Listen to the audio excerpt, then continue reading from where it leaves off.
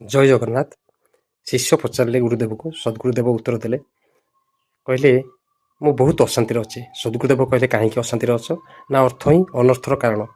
ନା ଅର୍ଥ ଯଦି ଅନର୍ଥର କାରଣ, ତମେ ଫୋନ୍ କରି କେବେ ବୁଝିଛ ତମଠାରୁ ଯେଉଁମାନେ ସମର୍ଥ, ଯେଉଁମାନେ ଧନୀ, ଯେଉଁମାନଙ୍କ ପାଖରେ ତମଠାରୁ ପ୍ରଚୁର ଯଥେଷ୍ଟ ଅଧିକ ଧନ ଅଛି, ସେମାନେ ଖୁସିରେ ଅଛନ୍ତି କି ନାହିଁ?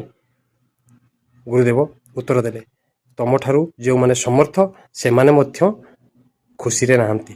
ସେମାନେ ମଧ୍ୟ ତମଠାରୁ ଅତ୍ୟନ୍ତ ଦୁଃଖରେ ଅଛନ୍ତି। କାରଣ ଧନ ସୁଖର ନିବାରଣ ନୁହେଁ, ସନ୍ତୋଷ ହେଉଛି ସୁଖର ନିବାରଣ। ସେଥିପାଇଁ ମହାପ୍ରଭୁ ଆପଣମାନଙ୍କୁ 2026ରେ ସନ୍ତୋଷ ରୂପକ ସୁଖ ପ୍ରଦାନ କରନ୍ତୁ।